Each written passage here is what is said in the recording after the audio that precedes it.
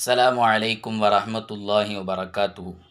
4 விஷயங்கள் உடலில் நோய்களை அதிகப்படுத்தும் என்பதாக இப்னுல் கய்யூம் ரஹிமஹுல்லாஹ் அவர்கள் நமக்கு அறிவிக்கிறார்கள்.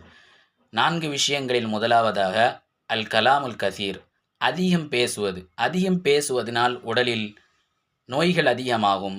இரண்டாவதாக அந்நௌமுல் கசீர், அதிகம் தூங்குவது. அதிகமாக தூங்குவது. நைட்டு 10 மணிக்கு படுத்தால் காலையில் 11 மணிக்கு எந்திரிக்கக்கூடிய பழக்கம் உடலில் நோய்களை அதிகப்படுத்தும் என்பதாக இமாம் பெருமக்கள் நமக்கு கூறியிருக்கிறார்கள். மூன்றாவதாக அல் அக்லுல் கசீர், அதிகமாக சாப்பிடுவது. அதிகம் சாப்பிடுவதனாலும் உடலில் நோய்கள் அதிகமாகும்.